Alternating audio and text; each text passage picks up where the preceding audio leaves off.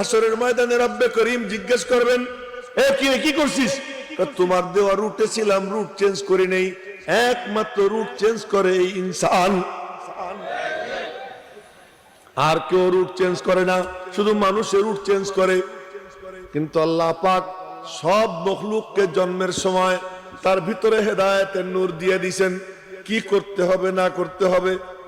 বকরি জন্ম নিয়েই কাঁপতে কাঁপতে দাঁড়াইয়া খাবে কি? আল্লাহ কয় কি, আমি বলে দিচ্ছি খা, যা। বলে কোথায় যাব? মার স্তনের কাছে যা। কোন জায়গা মুখ দিব? পেটও চাটে না, পিঠও চাটে না, ঠ্যাংও চাটে না, ডাইরেক্ট গিয়ে ওই বুটের মধ্যে মুখ লাগায়। মায়ের দুধের মধ্যে, স্তনের মধ্যে জোশ আসে, মা দুধ ছাড়ে, এর আগ পর্যন্ত মা দুধও ছাড়ে না। আর মানুষ করে কি, বাসুর রে ডাইকে আনে, দুধ কিন্তু এমনি দোয়াইতে পারে না, বাসুর রে ডাক দেয়। বাসুর যখন আইসা যায়, আইসা যখন মুখ লাগায়, মুখ লাগার সাথে সাথে ওই গাভী তার স্তনের দুধ ছেড়ে দেয়। আর সাথে সাথে মানুষ জালেম ওই বাছুরটাকে দূরে সরাইয়া দুধ দোয়াইয়া নিজেরা খায়। ও হাম্বা হাম্বা করে, মা ও হাম্বা হাম্বা করে। মা বলে, বনি আদমের জন্য আল্লাহ আমারে বানাইছে, ওরা খায়া যা থাকে তাই তুই খাবি, সবর কর।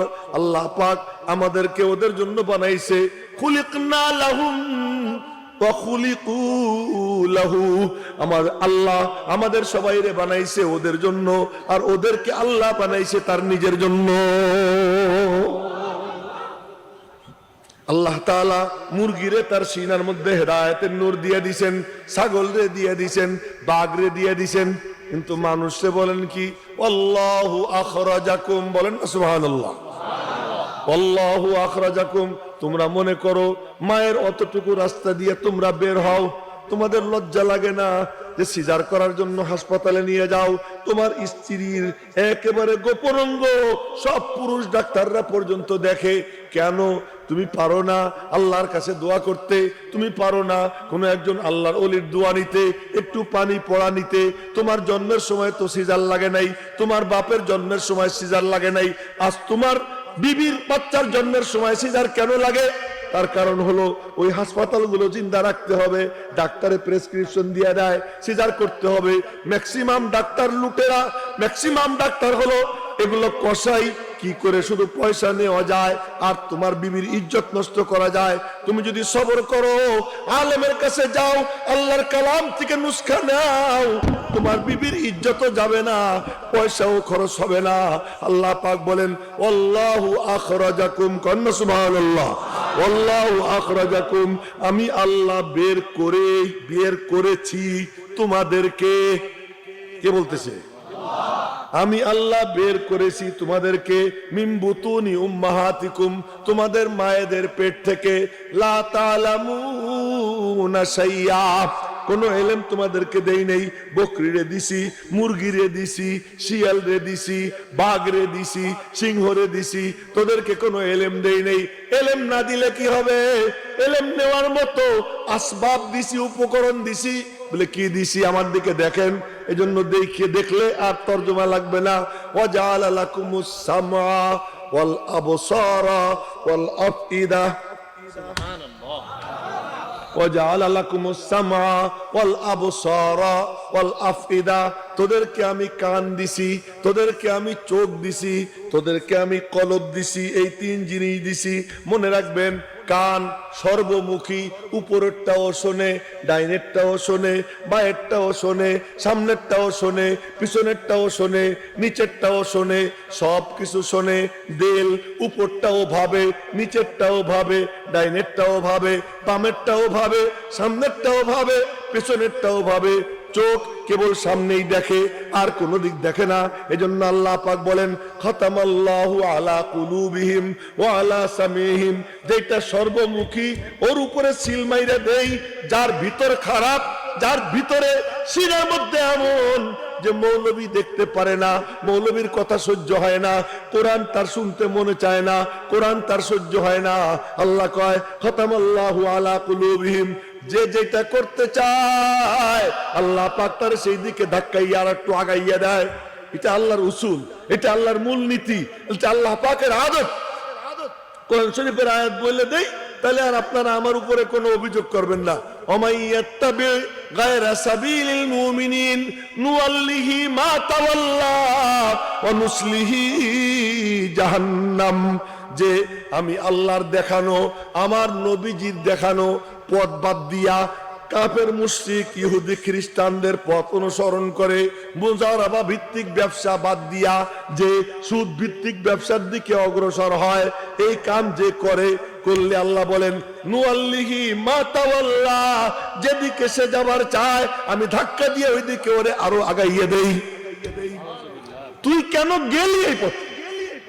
আবার যদি হেদায়েতের পথে কেউ আসে তা আল্লাহ পাক বলেন ওয়াল্লাযীনা ইহতাদাউ যাদাহুম হুদা, নামাজে দাঁড়াইয়া হেদায়েতের ভিক্ষা চায়, হেদায়েতের পথে চলার চেষ্টা করে, যে চেষ্টা করে আমি আল্লাহ আমার কুদরতি হাত দিয়ে টাইনা ওই হেদায়েতের পথে চালাইয়া ওই হেদায়েত বাড়াইয়া ওরে আলে আমি আল্লাহ জান্নাত পর্যন্ত পৌঁছে দেই।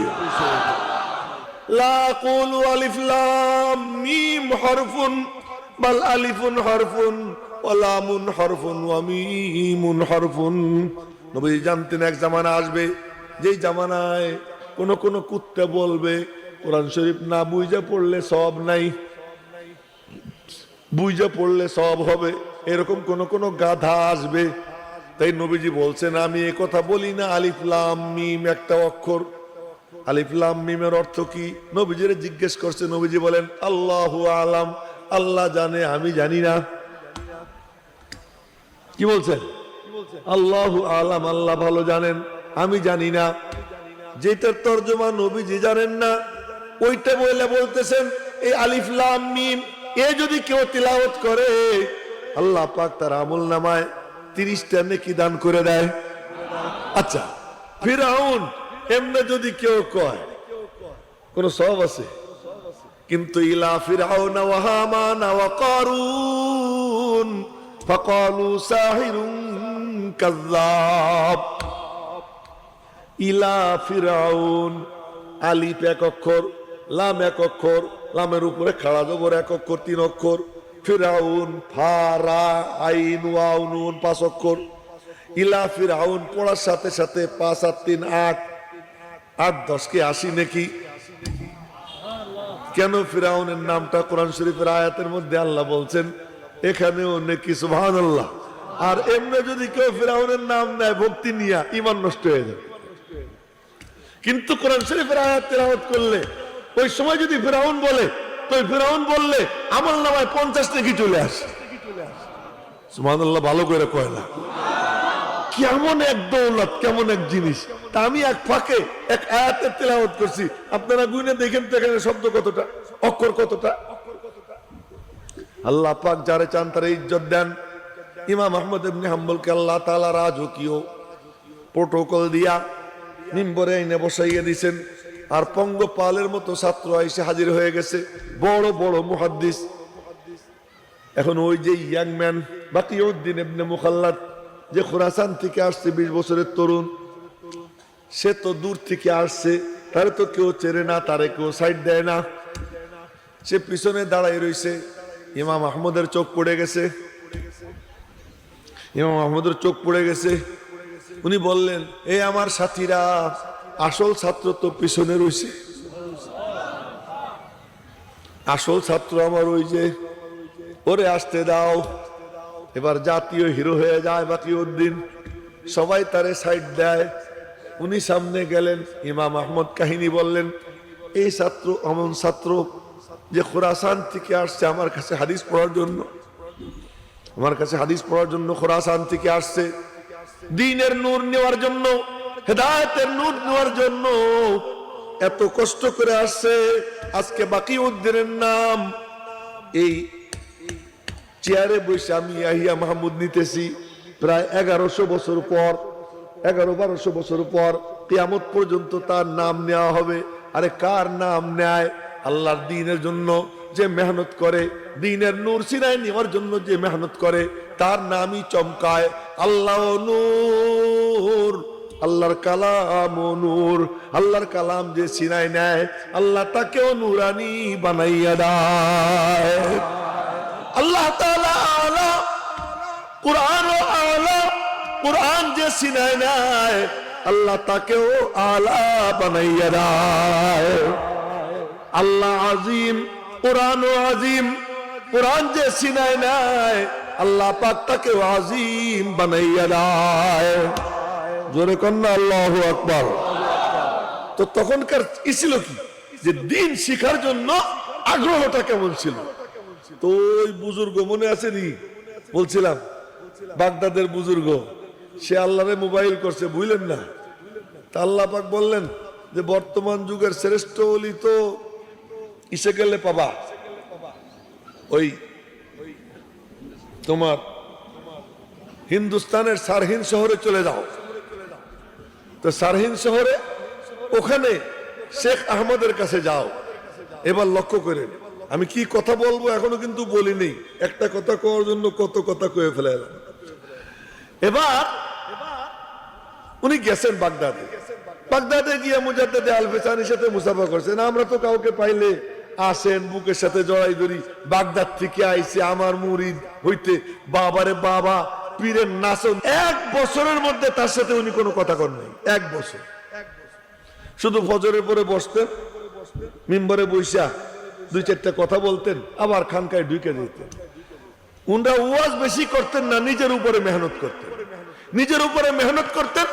তো নিজের উপরে যে মেহনত করে তার আর বাইরে বেশি ওয়াজ করা লাগে না। সে যে জায়গায় বসে থাকে আল্লাহ পাক তার সিনার থেকে নূর চতুর্দিকে ছড়াইয়া দেয়, যে নিজের উপরে মেহনত করে।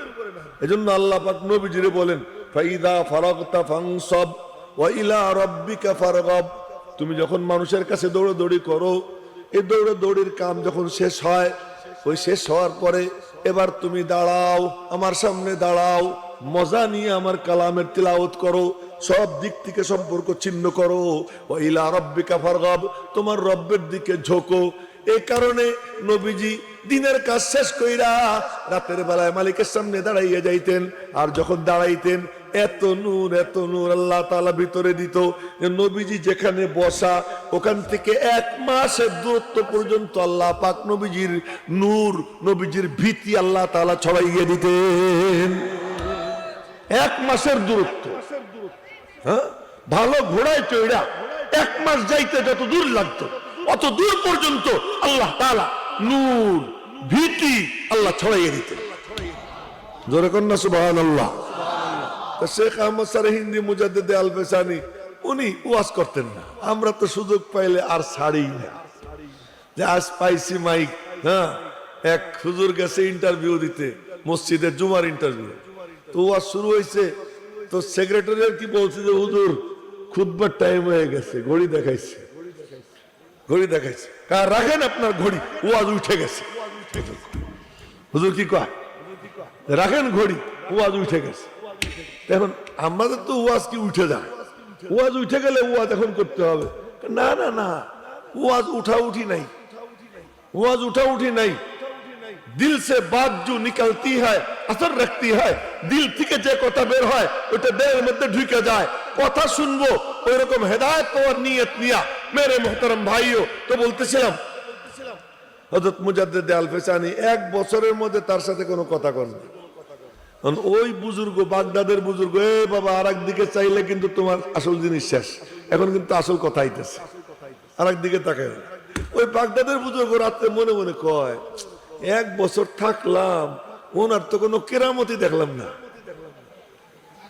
1 বছরের মধ্যে কোনো কেরামতি দেখলাম না। আমি তো কবরে ঢুকে মুর্দা জিন্দা করে কথা বলতে পারি, তাহলে কালকে সকালে চলে যাবে। এই রাত্রে মনে মনে কইছি। সকালবেলা ফজরের নামাজ পড়ে উনি তো মিম্বরে বসেন। মিম্বরে বসেই প্রথমে ওই বাগদাদের ওই অলিরে বলছেন, বলো তোমার মনের মধ্যে কি কথা। এখনো সুবহানাল্লাহ কয় না, আল্লাহু আকবার কয়। বলো তোমার মনের মধ্যে কি কথা। উনি মনে মনে কয়, আল্লাহ 1 বছর যাবত আমার সাথে কথা কয় না, আজকে রাত্রে মনে মনে কি কইলাম, আজকে আমারে জিজ্ঞেস করে তোমার মনের মধ্যে কি কথা, তাই তো ধরা পড়ে গেছি। তো বলে দিছে মনের মধ্যে এইটা জাগছে যে আপনার তো কোনো কেরামতি দেখলাম না, আমি তো কবরে ঢুকে মুর্দার সাথে কথা কইতে পারি। মুজাদ্দিদ আল ফেসানি বলেন, আরে বেটা তুই তো কবরে ঢুইকা মুর্দার সাথে কথা কইতে পারোস। আমি আমার আল্লাহর জাতের উপরে ভরসা করে বলতেছি, আমি এই মিম্বরে বৈশা শারহিন শহরের যত গোরস্থান আছে সব গোরস্থানের মুর্দাদেরকে এখানে হাজির করে কথা কইতে পারি। এইটা কোনো বুজুর্গি না, উড়ে গেলে ওইটা কোনো বুজুর্গি না। পানির উপরে যায় নামাজ বিছাইয়া, যায় নামাজ যায় না, ওই পানির উপরে দাঁড়াই তাকে ওখানে নামাজ পড়ে, এইটা কোনো বুজুর্গি না, এর নাম বুজুর্গি না। উড়ে যাওয়াও কোনো বুজুর্গি না। এক বুজুর্গ উঠতে পারত, তো তার বউ তার কোনো পাত্তাই দেয় না। বউর কাছে গেলে তুমি কি সাঁতার পি, বউ তো আর পিঠটির কোনো ধার ধারে না। তো বুজুর্গ মনে করলো তো বউর একটু ভালো করে মুরিদ করার দরকার, তো কি করা যায়? তো ওই যে উঠানে তো চুলা, ওই চুলায় পাক শাক হয়, তো উপর দিয়ে ওই বুজুর্গ উড়ে গেছে। তো বউ দেখছে যে উপর দিয়ে উড়ে যায়, তো অনেক উপরে, তো কে না কে তা তো আর বোঝে নাই, কিন্তু উড়ে গেছে। তা স্বামী যখন আজকে রাত্রে বাড়ি আসছে, তখন কয় কি, তুমি কিসের সাঁতার পীর? পীর আজকে দেখছি। কি কখন দেখছো? দুপুর বেলা পাকশাক করতেছিলাম, তখন দেখি উড়ে যায়। তো আমি ছিলাম, এই জন্যই তো একটু বেকা বেকা দেখলাম, এই জন্যই তো একটু বেকা বেকা দেখছি।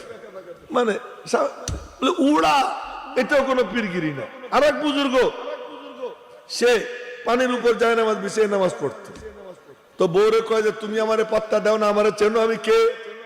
কে? পানির উপরে যায় নামাজ বিছিয়ে নামাজ পড়ি। বউ কয় কি, মেরে বায়ে হাত কা খেল হ্যায়, এটা আমার বাম হাতের খেলা। আমি কোনো গাল গল্প করতেছি না, কিতাবের কাহিনী আশরাফ আলী থানভী রহমতুল্লাহ আলাইহি লেখছেন, সেখান থেকে শুনে দিচ্ছি। তো বউ কয় কি, এ মেরে বায়ে হাত কা খেল হ্যায়, এটা আমার বাম হাতের খেলা। স্বামী মনে করছে এমনি কইছে। পরের দিন যায় নামাজ নিয়ে বিছাইছে পানির উপরে, এখন দেখে ভাইসে যায়, দৌড়ে এসে বাড়ি, কি ব্যাপার, কি করছো? বলছিলাম না মেরে ভাই হাত কা খেল হ্যাঁ। কি সব দিন তো ইস্তেঞ্জা করতে গিয়ে ঢিলে নেই, 3 বার ঢিলে নেওয়া সুন্নত, আজকে এই সুন্নতটা বাদ দিছি, তোমার বুজুর্গিও শেষ। আমি তোমারে পাক করে খাওয়াই, ওই হাত দিয়ে পাক করে খাওয়াইছি, এখন তোমার যায় নামাজ গেল কোথায়? এই জন্য বুজুর্গি ঠিক রাখতে হলে আগে আমারে ঠিক রাখতে হবে, বউ কয়। যাই হোক, অন্য কথা চলে আসতে শুনেই দিলাম এমনি ঘটনা। যেটা বলতে চাচ্ছিলাম, শেখ আহমদ শারহিন্দি মুজাদ্দিদ আল ফেসানি বললেন, তুই তো কবরে ঢুকে মুর্দা জিন্দা করে কথা কইতে পারোস, আর আমি এই মিম্বরে বৈশা শারহিন শহরের যত গুরস্তান আছে সব গুরস্তানের মুর্দাদেরকে এখানে হাজির করে কথা বলতে পারি। এটা কোনো বুজুর্গি না। বুজুর্গি কারে কয় জানিস? কারে কয়? 1 বছর তুই থাকলি, এটা কি করে? এই যে এটা মারবো বেটা, এদিক ঘোর, ঘুরে আমার দিকে চেয়ে থাক, তুই তো ছাত্র, তোর তো আমি মারতেও পারি। হ্যাঁ, এখন কই যে বুজুর্গি কারে বলে? তুই যে 1 বছর এখানে থাকলি, বলতো এই 1 বছরের মধ্যে আমার কোনো ফরজ ছুটছে? জি না। কোন ওয়াজিব ছুটছে? না। কোন সুন্নতে মুআক্কাদা ছুটছে? জি না। কোন মুস্তাহাব ছুটতে দেখছিস? জি না। কোন গুনাহ করতে দেখছিস? গুনাহে কবিরা, গুনাহে সগীরা, কোন মাকরুহ, তাহরিমি, কোন হারাম? না। এর নাম হলো বুজুর্গি। আর তুই যে 1 বছর থাকলি, তোর এই 1 বছরের মধ্যে একদিনও এমন যায় না। ওই শেখ আহমদ শারহিন্দি মুজাদ্দিদ আল ফেসানি বলছেন একটা সুন্নতের দাম কত। সেই সুন্নতের কথা, ওনার কথা শোনানোর জন্য এত কথা কইলাম। উনি বলেন দুপুরবেলা খাইয়া একটু ঘুমানো, এটা বলে কাইলুলা। কি কয় বলেন? বলেন আবার সবাই বলেন কি? কাইলুলা। দুপুরবেলা খাইয়া একটু শোয়া, আরাম করা, রেস্ট নেওয়ার নাম হলো কি? কাইলুলা। উনি বলেন যে দুপুরবেলা খাইয়া নবীজির সুন্নত পালনের উদ্দেশ্যে কাইলুলার নিয়ত করে কিছুক্ষণের জন্য শুয়ে যাওয়া, এইটা আজ করোড় হা নফল আওলাস, কোটি কোটি রাকাত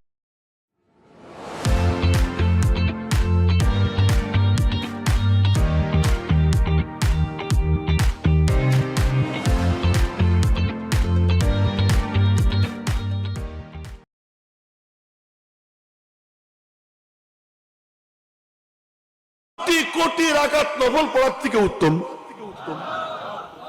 সুবহানাল্লাহ। আরো আস্তে কন আপনারা। আপনাদেরকে বলছিলাম যে দিনী মাহফিলে বয়ান শোনার সুন্নত কি? সুন্নত হলো সব জগৎ থেকে সম্পর্ক ছিন্ন করে যে বয়ান করে তার দিকে তাকাইয়া মনোযোগ সহকারে দেহ মন একত্রিত করে শোনা। আল্লাহ আমাদেরকে অন্য কিছু দেন নাই, বাকি সব মখলুকরে সব দিছেন, আমাদেরকে আল্লাহ কিচ্ছু দেন না। পিপিলিকা মার কোলে বসে খায় না, মুরগি তারে বলতে হয় না ওইটা খা ওইটা খা,